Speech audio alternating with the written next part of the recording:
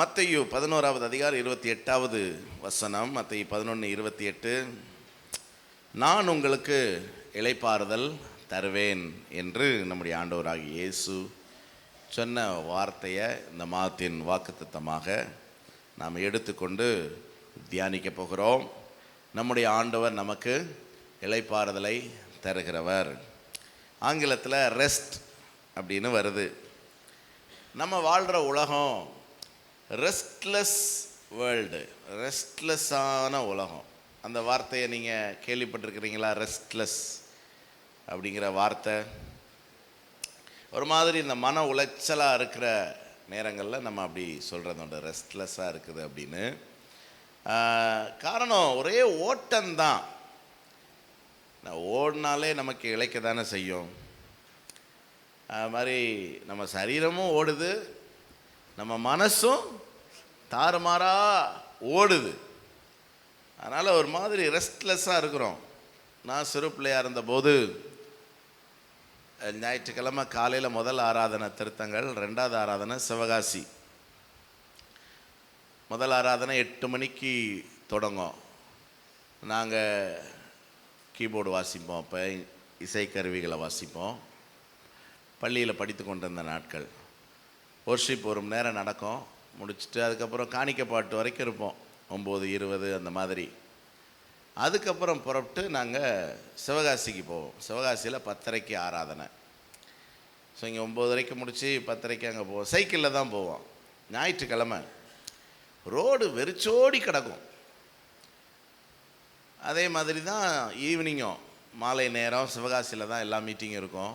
இந்த சோலை காலனியில் ஆராதனை நடந்த அந்த நாட்களில் சாயந்தரம் போனால் ஒரு காக்கா இருக்காது ரோட்டில். அந்த பஸ் ஸ்டாண்டு பகுதி, ஒலிம்பிக் தேட்டருக்கு முன்னாடிலாம் இந்த ஒலிம்பிக் தேட்டருக்கு போகிற ஆள் தான். அந்த தேட்டர் முடிஞ்சால் கூட்டம் வெளியே வரும், அவ்வளோதானே தவிர ரோடு அவ்வளோ காலியாக இருக்கும். அது இந்த டிவி வந்த காலம். அதனால் எல்லாம் வீட்டுக்குள்ளே என்ன செஞ்சுருவாங்க, அடைஞ்ச. நீ ஒரு தெருவை எடுத்து பார்த்தீங்கன்னா தெரு காலியாக இருக்கும். எல்லாம் வீடுகளுக்குள்ளே முடங்கி இருந்த ஒரு காலம். ஆனால் இன்றைக்கி பார்த்தீங்கன்னா எப்பவும் எங்கும் பயங்கர கூட்ட நெரிசல், டிராஃபிக்கு. 2007 நாங்கள் ஒரு தடவை சிங்கப்பூர் போயிருந்தோம். அப்போ நாங்கள் தங்கியிருந்தது ஒரு 6வது மாடி. பக்கத்தில் தான் ஒரு ஹைவே போகுது. சிங்கப்பூர் வந்து ரொம்ப சின்ன ஒரு நகரம்தான். சென்னை அளவுக்குன்னு வச்சுக்கோங்களேன். சென்னை அளவுக்கு கூட பெருசு கிடையாது, ஆனால் சென்னைன்னு வச்சுக்கோங்க. நைட்டு 12 மணிக்கு 1 மணிக்கு எந்திரிச்சு பார்த்தா கூட அந்த ஹைவே ஃபுல்லாக கார்கள் போகும். எனக்கு என்னன்னா, அந்த ஊரில் எங்கே போகிறாங்க இவங்கெல்லாம்? நான் சொல்கிறது என்ன, 2007 கொஞ்சம் யோசித்து பாருங்கள். 17 வருஷத்துக்கு முன்னாடி எங்கே போகிறாங்க இந்த ஆட்கள்லாம்? நடுராத்திரி. சரி, ராத்திரி போகிறான்னா பகல்லையும் அதே மாதிரி தான் இருக்குது. இத்தனைக்கும் ஒரு கண்டம் விட்டு இன்னொரு கண்டம் போகிறாங்க அப்படின்னாலும் சரிங்களா, அப்படி ஒன்றும் கிடையாது. எல்லாம் அந்த ஒரு ஒரு ஊர், சின்ன ஊர் தான் அது. இன்னைக்கு நம்ம ஊரும் அப்படி தான் என்ன செய்யுது இருக்கு. இரவும் பகலும் மக்கள் அங்கங்க ஓடிக்கிட்டே இருக்கிறாங்க.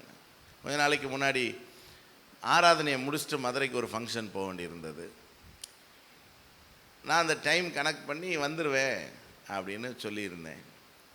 ஆனால் அந்த விருந்தினர் தாண்டி போகும்போது யாரோ அமைச்சர் வராரோ, முதலமைச்சர் வராரோ, அதனால் பைபாஸில் ஏற விடலை. அதனால் நேராக அருப்புக்கோட்டை ரோடை பிடிச்சி அந்த தூத்துக்குடி மதுரை ஹைவேல போயிடுவோன்ட்டு போகிறேன். மதுரைக்குள்ளே நுழைய முடியலை, அவ்வளவு காரு. இப்போ ஞாயிற்றுக்கிழமை ஒரு நாள் வீட்டில் சும்மா இருக்கக்கூடாதா? இதே தான் அவனும் நம்மளை கேட்பான். இனி நம்ம ஒருத்தன் கேட்டுக்கிட வேண்டிதான். ஆனால் ஒன்று தெரியுது, மனுஷன் அங்கங்கே என்ன செய்கிறான், இடைவிடாமல் ஓடுறான். பணத்துக்காக ஓடுறான், பட்டம் பதவிக்காக ஓடுறான், ஆஸ்தி அந்தஸ்துக்காக ஓடுறான், நீதி நியாயங்களுக்காக ஓடுறான். ஆமாம், இப்படி ஓட்டம் ஓட்டம் ஓட்டம். ஆன்மீகத்துக்காகவும் மனுஷன் என்ன செய்கிறான்? ஓடுறான். பாத யாத்திரை போகிற ஜனங்களை பாருங்கள், வெறும் காலில் நடக்கிறாங்க. இந்த தார் ரோட்டில் எவ்வளோ கூட்டம்ங்கிறீங்க. இந்த கும்பமேளாவில் கூட்ட நெரிசல்ல ஏன் இவ்வளோ பேர் சாகுறான்? மக்கள் ஒரு இளைப்பாறுதலற்ற வாழ்க்கை வாழ்கிறாங்க. இந்த சூழல்ல நம்மளுக்கு ஆண்டவர் சொல்றாரு, நான் உங்களுக்கு என்ன தர்றேன்? இளைப்பாறுதல் தருகிறேன் அப்படின்னு சொல்ற ஆண்டவருடைய சத்தம் எத்தனை பேருடைய செவியில கேட்குது? நான் உங்களுக்கு இளைப்பாறுதல் தர்றேன் அப்படின்னு ஆண்டவர் சொல்றாருன்னா என்ன அர்த்தம்? நமக்கு இளைப்பாறுதல் தேவை என்ற அர்த்தம். எத்தனை பேர் வேண்டான்னு சொல்றீங்க? ஒரு அல்லேலூயா சொல்லுங்க பார்க்கலாம். முழிச்சிருக்கீங்களான்னு பார்த்தேன். எல்லாருக்குமே என்ன தேவை? ஒரு ரெஸ்ட் தேவை, இளைப்பாறுதல் தேவை. இந்த ஓய்வு, இந்த ரெஸ்ட், இந்த இளைப்பாறுதல்ங்கிறது 3 விதமானது. ஒன்று சரீரத்துக்கு அடுத்தது, ஆத்மாவுக்கு அடுத்தது, ஆவிக்கு அடுத்தது. மனிதன் 3 பகுதியாக இருக்கிறான்: ஆவி, ஆத்மா, சரீரம். ஸோ ஆவி தான் நம்ம மனிதன் யாராக இருக்கிறான்? ஆவியாக இருக்கிறான். ஏன் மனிதன் ஆவியாக இருக்கிறான்? இருக்கான், என்ன செய்ய? தேவன் ஆவியாக இருக்கிறார். ஆகவே மனிதனும் என்ன, தேவன் தம்முடைய சாயலில் தான் மனுஷனை என்ன செய்தார்? சிருஷ்டித்தார். ஆகவே மனிதன் ஆவியாக இருக்கிறான். அந்த ஆவி மனிதன் ஆத்மாவை உடையவனாக இருக்கிறான். அந்த ஆத்மாவில் தான் நம்முடைய சிந்தனை பகுதி இருக்கிறது, நாம் எடுக்கிற தீர்மானங்கள் எல்லாம் இருக்கிறது, நம்முடைய உணர்ச்சிகள் எல்லாம் அந்த ஆத்மாவில் தான் என்ன செய்யுது? இருக்கிறது. இந்த சிந்தனை, நாம் எடுக்கிற தீர்மானங்கள், நம்முடைய உணர்ச்சிகள், அறிவு, ஆற்றல், இது எதுவுமே இந்த உலகத்தோடு முடிகிற ஒன்று அல்ல. அது ஆத்மாவோடு கலந்தது, ஆத்மாவில் உள்ள ஒரு விஷயம். அந்த ஆவி ஆத்மாவும் அழியாத ஒன்று. ஏன்னா இந்த ஆவி ஆத்மா இந்த சரீரத்தில் என்ன செஞ்சுக்கிட்டு இருக்கு? குடி இருந்துக்கிட்டு இருக்கு. எங்கள் ஆவி ஆத்மா இருக்கிறவங்கெல்லாம் ஒரு அல்லேலூயா சொல்லுங்க பார்க்கலாம். ஆமாம், நீ வாட்டுக்கு அல்லேலூயா சொல்லலைன்னா அடக்கம்தான் பண்ணணும். ஏன்னா ஆவி ஆத்மா என்ன செய்யுது? உள்ள இருக்கு. இது போயிடுச்சுன்னா இந்த சரீரம் டெட் பாடி ஆயிரும், ஒன்றுக்கும் உதவாது. சரி, இப்போ இந்த சரீரத்துக்கு அடுத்த ஓய்வு வேற ஒன்றும் இல்லை, அது நல்ல தூக்கம். சரீரத்துக்கு அடுத்த ஓய்வு என்னது? இப்போ இளைப்பாறுதல் தருவேன்னா ஆண்டவர் என்ன சொல்கிறாரு? சொல்கிறாரா சொல்லலையா? பாருங்க, தூங்கும்போது என்ன நடக்குது? யாருக்கு தெரியும்? தூங்கும்போது என்ன நடக்குது? நம்ம மூச்சு விடுறதும் நம்முடைய இருதய துடிப்பும் சீரடைகிறதாம். இப்போ காலையில் எந்திரிச்சு நம்ம ஆக்க பறக்க வேலையை பார்க்கும்போது நமக்கு மூச்சு வாங்கும், இருதயம் படபடன்னு என்ன செய்யும்? அடிக்கும். அப்படி இப்படி ஒரு இர்ரெகுலராக இருக்கிறது. ஒரு லாங் டேர்மாக 8 மணி நேரம் தூங்கணுங்கிறாங்க. ஒரு குறைஞ்சது ஒரு 6 மணி நேரமாவது நல்லா டீப் ஸ்லீப் நமக்கு வேணும். அந்த லாங் டேர்மாக அது ஒன்று போல் செயல்பட ஆரம்பிக்குது. ஏன்னா பகலில் ஒரு நேரம் நம்ம ஓய்வாக இருப்போம், ஒரு நேரம் ரொம்ப வேகமாக இருப்போம். அது மாறி மாறி இது கொஞ்சம் அது நம்முடைய இருதயத்தையும் நுரையீரலையும் என்ன செய்யுது? பலப்படுத்துது. அப்புறம் மூளையில் இருக்கிற அந்த அலைகள் ஓய்கிறது. காலையில் எந்திரிச்சதுலேருந்து மூளை வேலை செய்ய ஆரம்பிச்சிடும். அப்போ அந்த அலைகள் அது அப்படியே ஓய்ந்து மூளைக்கு நல்ல ஓய்வு கிடைக்கிறது. உடல் சூடு மற்றும் அந்த இரத்த அழுத்தம் எல்லாம் நார்மல் ஆகுது. அப்புறம் கண்கள் அசைகிறது நிற்கிது. நமக்கு கண் ரொம்ப முக்கியமான உறுப்பில். ஆமாம், அதுக்கு ஒரு ஓய்வு நமக்கு கிடைக்கிது. அதனால தான் சரியாக ஓய்வு இல்லாதவங்களை பாருங்கள், கண்ணை காட்டி கொடுத்துரும். அப்போ அந்த கண்ணுக்கு ஒரு ரெஸ்ட்டு தேவை. அந்த கண் ரெஃப்ரெஷ் ஆகுது. அப்புறம் அந்த தசைகள் எல்லாம் இறுக்கமான நிலையிலிருந்து ஒரு குலைவான தளர்வான நிலைக்கு ஒரு ரிலாக்ஸ் வருது. நான் காலைல எழுந்துச்சி ஓடுவோம், சாடுவோம், ஒத்த காலில் நிற்போம். அதெல்லாம் நம்முடைய தசைகளை அப்படியே முறுக்கும். நைட்டு நம்ம அதனால தான் படுக்கிறோம். ஆண்டவர் நல்ல வேலை நின்றுக்கிட்டே தூங்குற மாதிரியான சிஸ்டத்தை நமக்கு என்ன செய்யலை? கொடுக்கல, படுத்துகிறோம். படுத்து இந்த சவ ஆசனம்னு சொல்லுவாங்க தெரியுமா, எனக்கு ரொம்ப பிடிச்ச ஆசனம் அதுதான். ஆமாம், கடைசி எப்படா சவாசனம் வரும் அப்படின்னு சொல்லி பார்த்துக்கிட்டு இருப்போம். ஏன்னா சவாசனத்தில் தான் என்ன செய்வாங்க, அப்படி ரிலாக்ஸேஷன் பொசிஷனில் வந்தோடனே அந்த தளர்வுகள், அப்புறம் இந்த திசுக்கள் அணுக்கள் எல்லாம் காலையிலேருந்து நம்ம செஞ்ச எல்லா வேலைகள்லையும் ஏற்பட்ட அந்த டேமேஜ் எல்லாம் சரியாகும். ஆமாம், எல்லாமே ரீட்டைன் ஆகும். உடம்புல இருக்கிற சகல அணுக்களும் அது தன்னை புதுப்பித்து கொள்ளுகிறது. நம்முடைய ஆற்றல் புதுப்பிக்கப்படுகிறது. விசேஷமாக அந்த ஹார்மோன்கள்லாம், ரொம்ப அவசியமான ஹார்மோன்கள்லாம் எப்போ தான் சுரக்குது, நைட்டு தான். நல்லா தூங்கும்போது தான் என்ன செய்யுது, ஆமாம், சுரந்து நம்முடைய சரீரத்துக்கு நல்ல ஆரோக்கியத்தை கொடுக்குது. அதனால் சங்கீதம் 127:2 சொல்லுது, அவர் தமக்கு பிரியமானவனுக்கு என்ன கொடுக்குறாராம், நித்திரை கொடுக்கிறார். ஸோ தேவன் தமக்கு பிரியமானவர்களுக்கு கொடுக்குற ஆசீர்வாதத்தில் இந்த தூக்கம் ஒரு முக்கியமான ஒரு விஷயம். இன்னும் சொல்லப்போனால் நம்முடைய இளைப்பாறுதல் துவங்குற இடமே எதுதான். என்ன முழிக்கிறீங்க?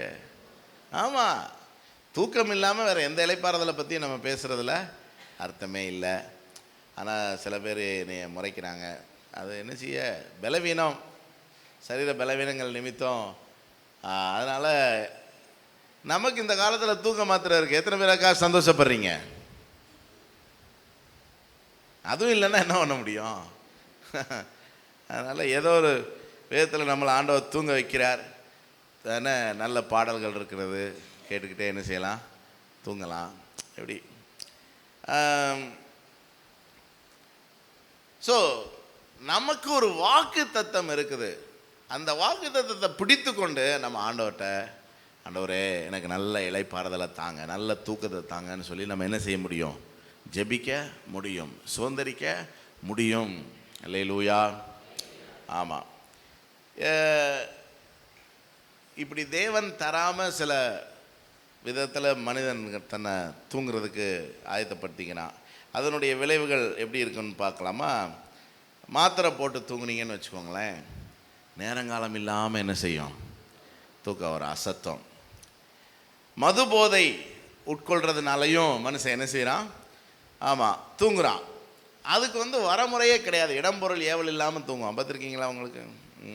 போன வாரம் கூட ஒருத்தரை பார்த்தேன், ஹைவேல பக்கத்தில் பிளாட்ஃபார்மில் படுத்து அப்படி ஒரு தூக்கம். சே, எப்படி பாருங்க. ஆனால் அது நல்லா தூங்குறான். தூங்காதவங்களுக்கு பார்த்தா பொறாமையாக இருக்கும், எங்கே படுத்து எப்படி தூங்குறான் பாரு அப்படின்னு. ஆனால் அது ஆரோக்கியமான தூக்கம் கிடையாதுல்ல.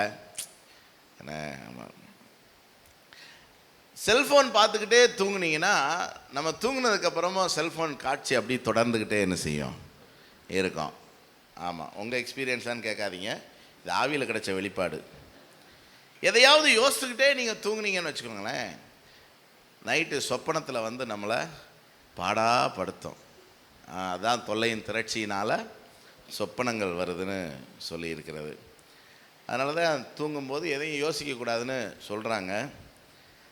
ரொம்ப அதாவது பயங்கரமான வேலை நிமித்தம் உண்டாகிற அந்த களைப்பினால் வர்ற தூக்கத்தில் பார்த்திங்கன்னா அந்த கால் கையெல்லாம் என்ன செய்யும், வலி எடுக்கும், கொடுமையாக இருக்கும். அதிகப்படியான உழைப்பு அதுவும் நமக்கு நல்ல தூக்கத்தை என்ன செய்கிறதில்ல, கொடுக்கறதில்ல. ஆமாம், குண்டக மண்டக சாப்பிட்டு தூங்குனீங்கன்னா, ஏன்னா உண்ட மயக்கம் தொண்டனுக்கு வரும்னு சொல்லுவாங்க. அப்படி தூங்குகிற ஆட்களுக்கு நைட்டெல்லாம் இண்டஸ்ட்ரி பயங்கரமாக என்ன செய்யும், வேலை பார்த்து சீக்கிரமாக கதவை திறக்க சொல்லி அட்வான்ஸாக எழுப்பி விட்டுரும். புரியும்னு நான் நினைக்கிறேன். அதனால தான் நைட்டு சாப்பிடாதீங்கன்னு சொல்கிறாங்க. 6 மணிக்கு முன்னாடி எல்லாம் சாப்பிட்டுட்டு இருந்தீங்கன்னா நைட்டு உங்கள் வயிறும் ரெஸ்ட் எடுக்கணும் அப்படின்னு சொல்கிறாங்க. முந்திலாம் அப்படித்தானே, 6 மணிக்கு முன்னாடியெல்லாம் சாப்பிட்டு பொழுது அடைஞ்சோன்னு என்ன செஞ்சுருவாங்க, தூங்கிடுவாங்க. எங்கள் அப்பாலாம் அவங்க காலத்தில் கரண்ட் வர்றதுக்கு முன்னாடி எப்படி இருந்துச்சு அப்படிங்கிறதெல்லாம் சொல்லி இருந்திருக்கிறாங்க. இப்போ கரண்ட் வர்றதுக்கு முன்னாடி ஒரு காலம் என்ன செஞ்சுருந்துருக்கு, இருந்திருக்கு. 6 மணி 7 மணிக்கெல்லாம் படுத்துருவாங்க எல்லாரும். அது மாதிரி கண் விழிப்பு, அதிகப்படியாக கண் விழிச்சிருந்து நீங்கள் தூங்குனீங்கன்னு வச்சுக்கோங்களேன், தூங்க முயற்சி பண்ணுங்கள். கண் மூடி இருக்குமே தவிர மூளை என்ன செய்யாது. ஆமாம். சோர்வில் வர்ற தூக்கம் இருக்குது. எலியா அது போட்டு அமுக்குன்னு என்ன செய்யும், அமுக்கும். சில பேர் என்னென்னா என்னன்னே தெரியல, ரொம்ப கஷ்டமாக இருக்குது அப்படின்பாங்க. அது கஷ்டம் கிடையாது. என்னது அது? சோர்வு. ஏதோ மனசு, மன விரக்தி, மனச்சோர்வு, இதெல்லாம் தூங்கி எழுந்தா சரியாக போயிடும் அப்படின்னு சொல்ல முடியாது. அமுக்குன்னு என்ன செய்யும், போட்டு அமுக்கம். அப்புறம் சோம்பேறிக்கு சொல்ல வேண்டியதில்லை, சும்மா கூட என்ன செய்வான், படுத்தே கிடப்பான். இப்படிலாம் இருக்குது. ஆனால் நல்ல, அதாவது அளவுக்கு அதிகமான தூக்கமும் ஆரோக்கியம் கிடையாது, அளவுக்கு குறைவான தூக்கமும் ஆரோக்கியம் கிடையாது. நல்ல தூக்கத்துக்கு ஏசி தேவையில்லை, மேட்ரஸ் தேவையில்லை, என்ன, ஆமாம், எதுவுமே தேவையில்லைங்க. கொசுக்கடியில் கூட சுகமாக என்ன செய்ய முடியும், தூங்க முடியும். அப்போ தூங்கணும். ஆண்டவர் சொல்கிறாரு, நான் உங்களுக்கு இளைப்பாறுதல் தருவேன்னு. எத்தனை பேர் இதை பிடிச்சிக்கிட்டு நல்லா ஜபிக்க போகிறீங்க? எத்தனை பேர் இதை பிடிச்சிட்டு நல்லா தூங்க போகிறீங்க? ஏற்கனவே நல்லா தான் தூங்கிட்டு இருக்கோம் பாஸ்டர். தூங்குங்க, சந்தோஷம்தான். ஆனால் அளவுக்கு அதிகமாக என்ன செய்யக்கூடாது, தூங்கக்கூடாது. ரொம்ப லேட்டாக தூங்கக்கூடாது. ஒரு 9:30, அதிகபட்சம் 10க்கு என்ன செஞ்சிடணும், படுத்துடணும். காலையில் ஒரு 4 மணிக்கெல்லாம் எழும்புகிற மாதிரி இருக்கணும். அதிகபட்சம் 5, அதுக்கு மேலே என்ன செய்யக்கூடாது. அம்மா ரொம்ப ஸ்ட்ரிக்ட்டு, புரியுதா? பெரியவங்க சின்னவங்க எல்லாத்துக்கும் சேர்த்தான் சொல்கிறேன் நான். 10க்கு படுத்திங்கன்னா 11, 12, 1, 2, 3, 4, 5, 7 மணி நேரம் போதாதா தூக்கம்? ஆமாம், நம்ம தரிசனத்துக்காக வாழ்கிறவங்க. அதனால் ஆமாம். இயேசு எங்கே தூங்கினார்? எல்லா இடத்தையும் தூங்கியிருப்பார். ஆனால் நமக்கு பைபிளில் எங்கே தான் தூங்கினார்னு எழுதியிருக்கு? படகுல, கடல் கொந்தளிப்பின் மத்தியில். அப்போ அதுதான் இளைப்பாறுதல். பேதுரு சிறைச்சாலையில் என்ன செய்கிறாரு, நிம்மதியாக தூங்குறார். மறுநாள் அவருக்கு என்னது, மரண தண்டனை. இந்த ஒரு ஐஜி ஒரு முறை பேசினதை நான் கேட்டேன். அவர் சிறைத்துறை அதிகாரியாக இருந்தபோது பல மரண தண்டனைகளை அவர் நிறைவேற்றி இருக்கிறாராம். அப்போ அவர் சொல்கிறாரு, அடுத்த நாள் காலையில் அவனுக்கு தூக்கு தண்டனைன்னா முந்தின நாள் நைட்டு அவன் தூங்கவே மாட்டான். ஆனால் நாங்கள் சொல்லுவோம், கொஞ்ச நேரம் தூங்குப்பா, சாப்பிடு, என்ன வேணும் எல்லாம் கேட்போம். தூங்க மாட்டான், அவனுக்கு தூக்கம் வராது. அதனால் நான் போய் பேச்சு கொடுத்துக்கிட்டு இருப்பேன். அவனுடைய வாழ்க்கையை பற்றி நம்ம சில காரியங்கள் கேட்டால் ரொம்ப எமோஷ்னலாக வேறும், நிறைய விஷயங்கள் பேசுவான் அப்படிலாம் சொல்லி. ஆனால் பேதுரு என்ன பண்ணுறாரு, நிம்மதியாக தூங்குறாரு. தானியேல் எங்கே தூங்குனார்? சிங்கத்தை தலைக்கு வச்சு தூங்கி இருக்கிறாருங்க. அப்போ சிங்க கெபியில் தூங்க முடியும்னா கொசுக்கடியில் தூங்க முடியுமா, முடியாதா? நமக்கு இதெல்லாம் ஒரு பெரிய சவால். அதனால் பக்கத்தில் பார்த்து சொல்லுங்கள், நல்லா தூங்குங்க. அதுதான் சரீரத்துக்கு இளைப்பாறுதல். 2வது ஆத்துமாவுக்கு இளைப்பாறுதல். ஆத்துமாவுக்கு இளைப்பாறுதல் 3 காரியங்கள் இருக்குது. ஒன்று என்னன்னா, கவலையற்ற வாழ்க்கை. பிலிப்பியர் 4:6 பவுல் சொல்றார், நீங்கள் ஒன்றுக்கும் கவலைப்படாதீங்கன்னு சொல்றாரு. இயேசுநாதரே சொல்றாரு மத்தேயு 6:34, நாளைக்காக என்ன செய்யாதீங்க, கவலைப்படாதீங்க அப்படின்னு சொல்றாரு. அப்போ வாழ்க்கைக்கு ஒத்து வராத ஒரு விஷயத்தை வேதம் சொல்லுமா? இன்றைக்கும் கவலைப்படாதீங்கன்னு சொன்னால் அது நம்ம மனசு ஏற்றுக்கிட மாட்டேங்குது. எப்படிக்கு கவலைப்படாமல் இருக்க முடியும்? அது அப்படி இருக்குது, இது இப்படி இருக்குது. எது எப்படி இருந்தால் என்ன செய்யாதீங்க, கவலைப்படாதீங்க. அதுதான் வேதம் சொல்கிற வார்த்தை. இந்த கவலைகளை மறக்கிறதுக்கு தான் மனுஷன் பலவிதமான சிற்றின்பங்களை தேடி போகிறான். அது திரும்ப அவனுக்கு பக்க விளைவுகள் ஏராளமானதை என்ன செய்யுது, கொடுக்குது. கவலைனாலே நமக்கு ஞாபகத்துக்கு வர்ற அக்கா பேர் என்னது, மார்த்தாள். ஏன்னா பற்பல காரியங்களை குறித்து கவலைப்பட்டாங்க. பொதுவாக அதாவது ஒரு சூழலில் நாம் பெரியவன் அப்படிங்கிற அந்த எண்ணம் தான் நமக்கு கவலையை கொடுக்கும். என்னென்னா நான் தானே கவனிக்கணும் அப்படிங்கிற அந்த ஒரு பொறுப்புணர்வுன்னு கூட என்ன செய்யலாம், சொல்லலாம். பொறுப்பு இருக்கிறது தப்பு கிடையாது. ஆனால் அது தேவையற்ற கவலை என்ன செய்யக்கூடாது, மாறக்கூடாது. இப்போ இயேசு வீட்டுக்கு வந்திருக்கிறாரு, மார்த்தாள் இருக்கிறாங்க, மரியாள் இருக்கிறாங்க. இப்போ இந்த வீட்டில் பெரிய ஆள் யார்?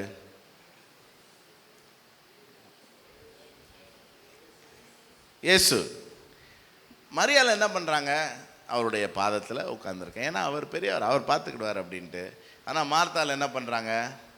இந்த வீட்டுக்கு யார் தான் பெரிய ஆள்? நான் தான் பெரிய ஆள். நானும் இப்படி உட்காந்துட்டேன்னா வீட்டில் வேலை நடக்குமா அப்படின்னு சொல்கிறாங்க. சரி, ஒரு பெரிய ஆள்னு உணர்வோட ஒரு சில பொறுப்புகளை செய்கிறது தப்பு கிடையாது. ஆனால் அது நம்மை காயப்படுத்துகிற கவலையாக மாறவே கூடாது. நல்லா ஒன்றை புரிந்து கொள்ளுங்க, இந்த உலகத்தில் கல் முள்ளெல்லாம் உண்டு. நம்ம தான் செருப்பு போட்டு பத்திரமா என்ன செய்யணும்? கடைசியில் முள் குத்துச்சு கல் குத்துச்சுன்னு என்ன செய்யக்கூடாது, சொல்லக்கூடாது. நம்மளை சுற்றி இருக்கிற சூழ்நிலைகள் எதுவும் நம் மனசை பாதிக்க நம்ம தான் என்ன செய்யக்கூடாது, இடம் கொடுக்க கூடாது.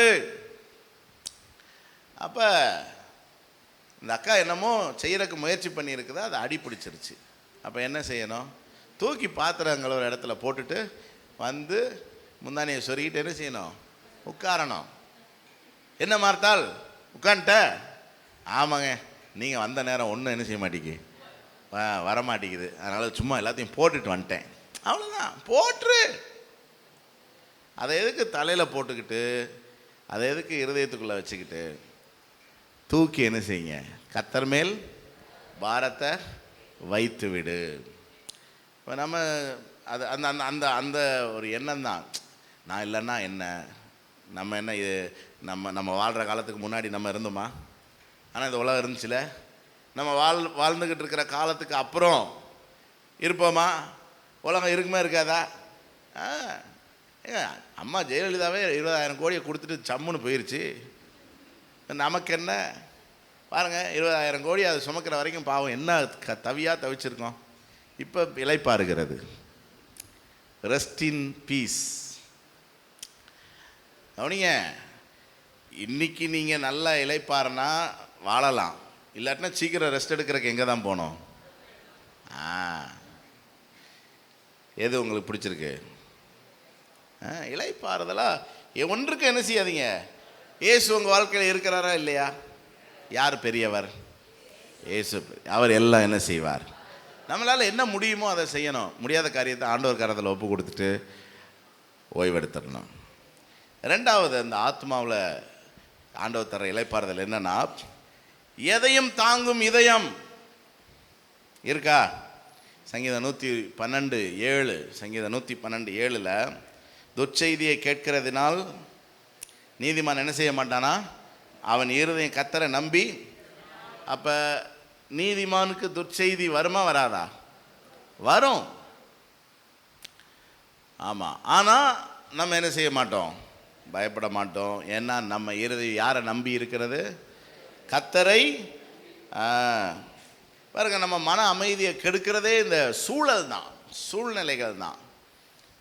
பல நேரம் என் மனைவி ஏதாவது இந்த மாதிரி துர்ச்செய்தியை சொல்கிறதுக்கு முன்னாடி பயன்படுத்துகிற வார்த்தை என்னென்னா, நான் ஒரு விஷயம் சொல்கிறேன், ஷாக் ஆகாதீங்க அப்படின்பாங்க.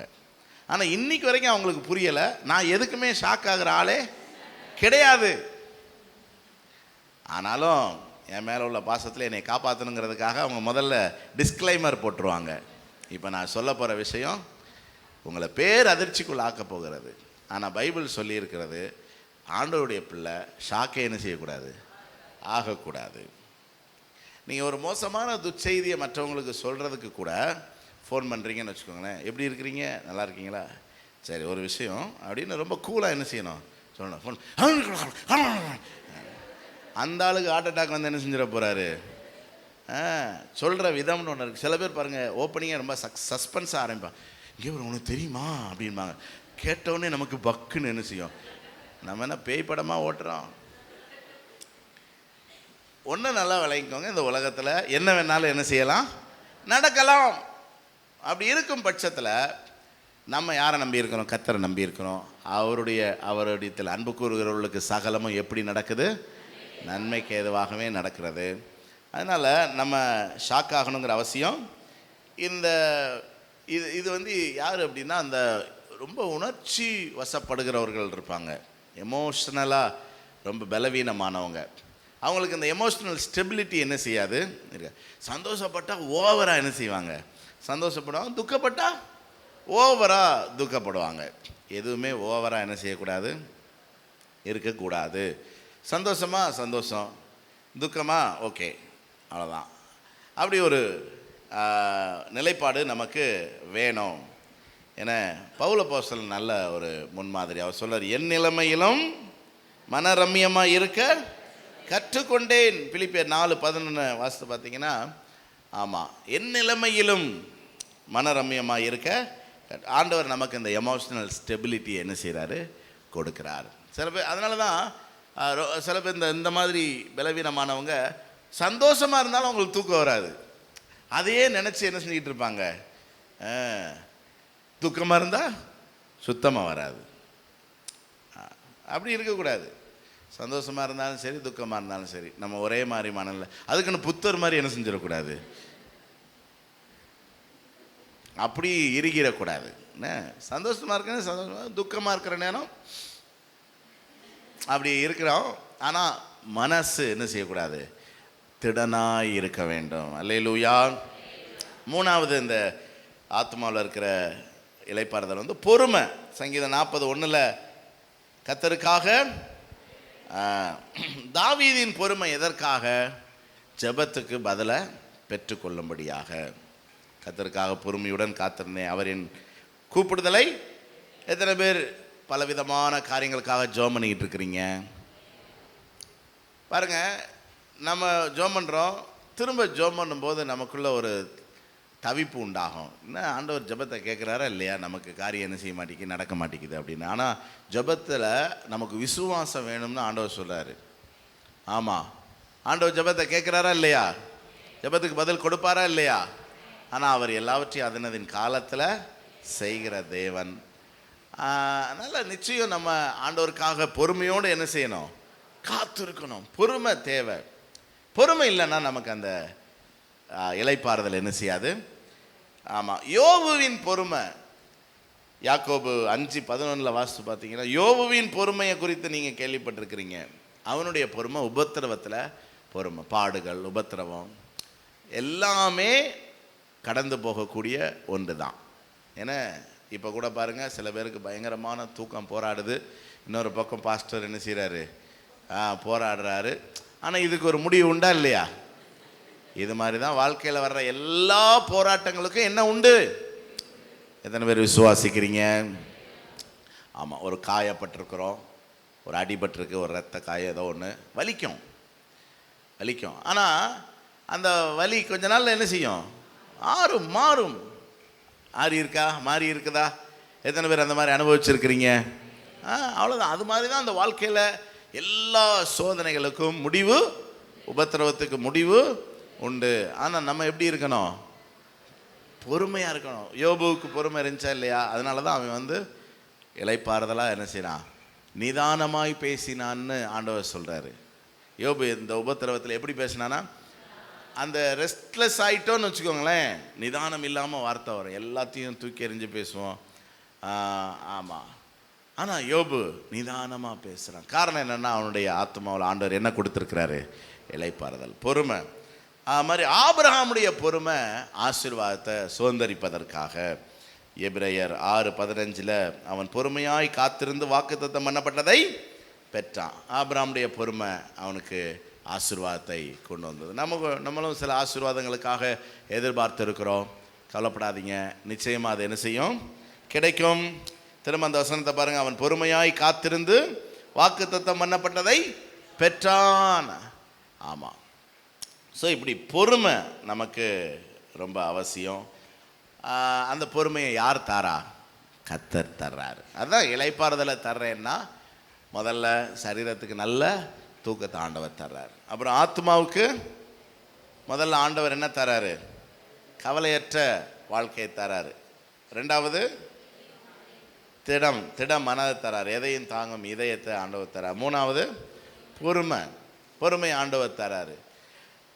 கடைசியாக ஆவி, நம்முடைய ஆவியில் ஆண்டவர் இளைப்பாறுதலுக்காக நித்திய நம்பிக்கையை ஆண்டவர் நமக்கு கொடுத்திருக்கிறார். பரலோக பாக்கியத்தை கர்த்தர் நமக்கு வைத்திருக்கிறார். வெளிப்படுத்தல் 14:13, வெளிப்படுத்தல் 14:13 பார்த்தீங்கன்னா, கர்த்தருக்குள் மரிக்கிறவர்கள் பாக்கியவான்கள், அவர்கள் தங்கள் பிரயாசங்களை விட்டு இளைப்பாறுவார்கள். பாருங்க, ரெஸ்ட் எப்ப? இந்த உலகத்தின் முடிவில். அதே நேரம் 11ஆம் வசனத்தை வாசித்து பார்த்தீங்கன்னா 14:11 அங்கே ஒரு கூட்டத்தை பற்றி போட்டிருக்குது. அவங்க அந்தி கிறிஸ்துவினுடைய ஆட்கள், பிசாசின் மக்கள். அவங்க பிசாசின் அடையாளத்தோடு வாழ்ந்தவங்க, அந்தி கிறிஸ்துவின் முத்திரையை தரித்தவர்கள். கடைசியாக போட்டிருக்குது, அவர்களுக்கு இரவும் பகலும் என்ன கிடையாது? இளைப்பாறுதல் கிடையாது. அப்போ ஆண்டவருடைய பிள்ளைகளுக்கு என்ன உண்டு? ஆண்டவருடைய பிள்ளைகள் இல்லைன்னா அவங்களுக்கு என்ன கிடையாது? இந்த இளைப்பாறுதல் எதை குறிக்குது? இந்த உலகத்தின் முடிவில் எல்லாருக்குமே ஒரு முடிவு உண்டு. ஆமாம், நமக்கு அந்த இளைப்பாறுதலை கர்த்தர் வைத்திருக்கிறார். ஆமென். நீங்கள் மனுஷனுக்கு இருக்கிற பெரிய பிரச்சனை இந்த மரண பயம்தான்.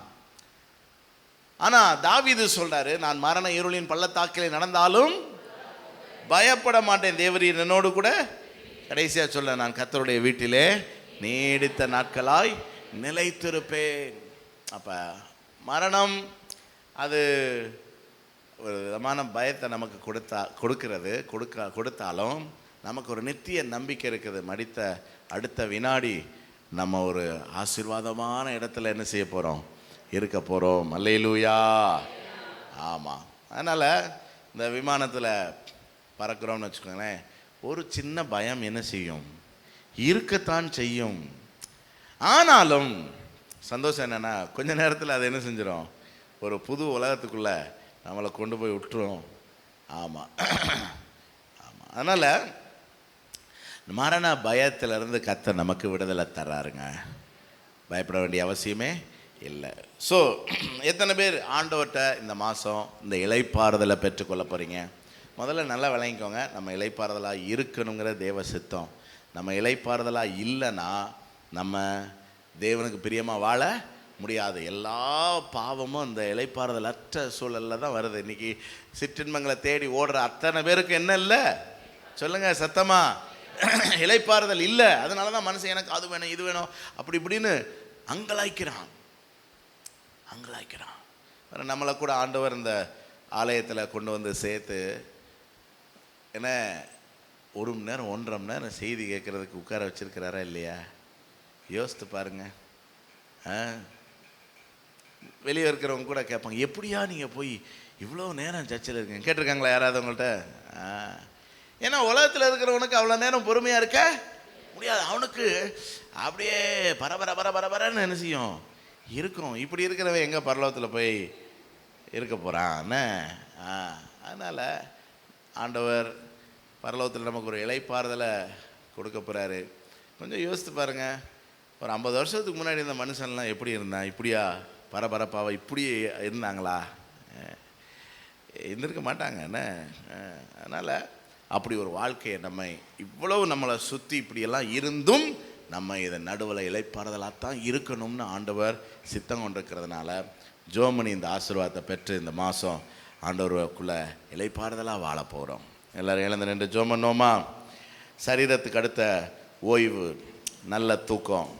ஆத்மாவுக்கு அடுத்த ஓய்வு என்னது? கவலையற்ற வாழ்க்கை. எதையும் தாங்கும் இதயம், திடமானது. 3வது பொறுமை.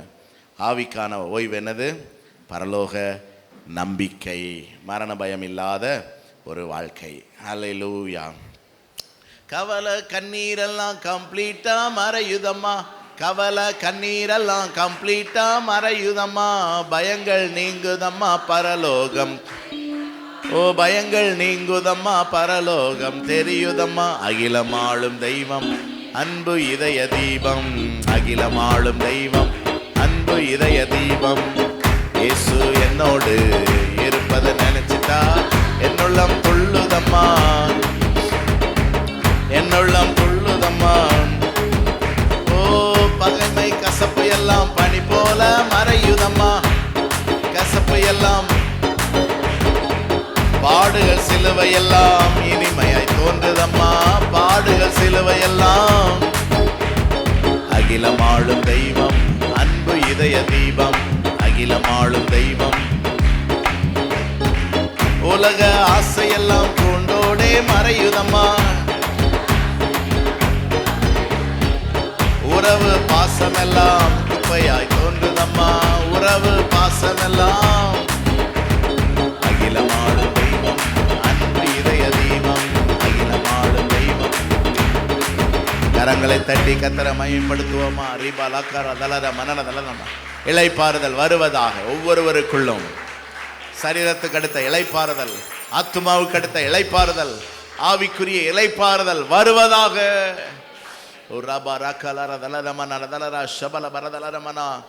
ஆமென். ஒரு சிலர் தூங்க முடியாமல் கஷ்டப்படுறவங்க நம்ம சபைக்குள்ளேயும் இருக்கிறாங்க, வெளியும் இருக்கிறாங்க. அப்படிப்பட்டவர்களுக்காக எல்லாரும் மனதுருகி ஜெபம் பண்ணுவோம். ஆண்டவரே, நல்ல தூக்கத்தை தாங்க ஆண்டவரே, தூங்க கிருபையை தாங்க ஆண்டவரே. ஏசப்பா, சரீரத்தில் இருக்கிற பலவீனத்தை நிமித்தம் ஆண்டவரே தூங்க முடியாமல் தவிக்கிற எல்லாருக்கும் கர்த்தர் நல்ல தூக்கத்தை தாங்க ராஜா. இளைப்பாறுதலை தாங்க, சரீரத்துக்கு அடுத்த இளைப்பாறுதலை தாங்க. ஹல்லேலூயா, ஹல்லேலூயா. ஆமென். தூக்கத்தில் காணப்படுகிற அந்த ஒழுங்கினங்கள் மாறணும். செல்ஃபோன் பார்த்துக்கிட்டே தூங்குறது, சாப்பிட்டுட்டு ஹெவியாக சாப்பிட்டுட்டு நைட்டு தூங்குறது, ரொம்ப லேட் நைட்டாக தூங்குறது, இந்த மாதிரியான தூக்கத்தில் காணப்படுகிற ஒழுங்கினங்கள் மாறும்படி எல்லாரும் கர்த்தரை ஸ்தோத்தரிப்போமா. ஸ்தோத்திரம், ஸ்தோத்திரம், ஸ்தோத்திரம், ஸ்தோத்திரம். ஏசப்பா, ஓ கர்த்தர் கொடுக்கிற அந்த ஆசீர்வாதமான தூக்கத்தை நம்முடைய பிள்ளைகள் சரியாய் பயன்படுத்த கர்த்தர் கிருபை கொடுங்க. ஆமென். ஆத்துமாவில் கர்த்தர் 3 காரியங்களை தந்து நமக்கு இளைப்பாறுதலை தர்றார். அந்த 3 ஆசீர்வாதங்களையும் கரங்களை வைத்து பெற்றுக்கொள்ளுவோம். ஓ ராபா ராதா ரமரா ஷபா ரதல ரமனா. கவலைகளை கர்த்தர் எடுத்து போடுவீராக. எல்லா பாரங்களையும் கர்த்தருடைய சமூகத்தில் தூக்கி எறிகிறோம். நாங்கள் பெரியவங்க கிடையாது, எங்களுக்கு மேலே பெரியவர் ஒருவர் இருக்கிறீர் ஆண்டவரே. எல்லாவற்றையும் பார்த்து கொள்ளுகிற ஒரு தேவன் இருக்கிறீர். நாங்கள் இந்த உலகத்தில் எல்லாத்தையும் செஞ்சு முடிச்சிட முடியாது, ஆனால் எங்களுக்காக யாவையும் செய்து முடித்தவர் எங்களோடு கூட இருக்கிறீர் ஆண்டவரே. கவலைகளை தூக்கி எறிகிறோம் ஆண்டவரே. அல்லேலூயா. பொறுமை வருவதாக. எல்லாவற்றிலும் நம்முடைய பிள்ளைகள் பொறுமையாக இருக்க கர்த்தர் கிருபை கொடுங்க. எந்த நிலைமையிலும் திட மனதாக இருக்க கர்த்தர் கிருபை கொடுங்க. எமோஷனல் ஸ்டெபிலிட்டியை கர்த்தர் கொடுங்க ஆண்டவரே. அல்லேலூயா. இன்னும் ஒரு சிலர் மரண பயத்தினால பிடிக்கப்பட்டிருக்கிறாங்க. கர்த்தர் அப்படிப்பட்டவர்களுக்கு விடுதலை தரும்படி கர்த்தரை ஸ்தோத்தரிப்போம். ஸ்தோத்திரம், ஸ்தோத்திரம், ஸ்தோத்திரம், ஸ்தோத்திரம், ஸ்தோத்திரம். நல்ல பிதாவே, இந்த மாதத்தில் ஆண்டவர் எங்களுக்கு வாக்கு பண்ணியிருக்கிற அந்த இளைப்பாறுதலை நாங்கள் பெற்று ஆவி ஆத்துமா சரீரத்தில் வாழ்ந்திருக்க நாங்கள் ஜெபிக்கிறோம். இதன் மூலமாய் எங்களுக்குள் கிடைக்கிற அந்த ஆற்றலை பயன்படுத்தி ஆண்டவரே நல்லா சம்பாதிக்கணும், சபைக்கு ஆண்டவரே நல்லா செய்யணும், தேவ ராஜ்யத்துக்காக ஆத்துமாக்களை ஆண்டவரே நாங்கள் சம்பாதிக்கணும், அநேகருக்கு நற்கிரியைகளை செய்யும்படி நாங்கள் ஓடணும், உழைக்கணும். ஆண்டவரே, கர்த்தருடைய கிருபை அதற்கு எங்களை தாங்கி வழிநடத்துவதாக. இந்த மாதம் முழுவதும் நீர் எங்களை கரம் பிடித்து நடத்த கை பிடித்திருக்கிறதற்காக ஸ்தோத்திரம். நீர் கைவிடவே மாட்டீர் ஆண்டவரே. நம்முடைய பிள்ளைகள் நம்முடைய கரத்தை பிடித்து கொண்டு சந்தோஷமாக இந்த மாதம் முழுவதும் வாழ்ந்திருக்க ஆசீர்வதித்து ஜெபிக்கிறேன் ஜீவனுள்ள நல்ல பிதாவே.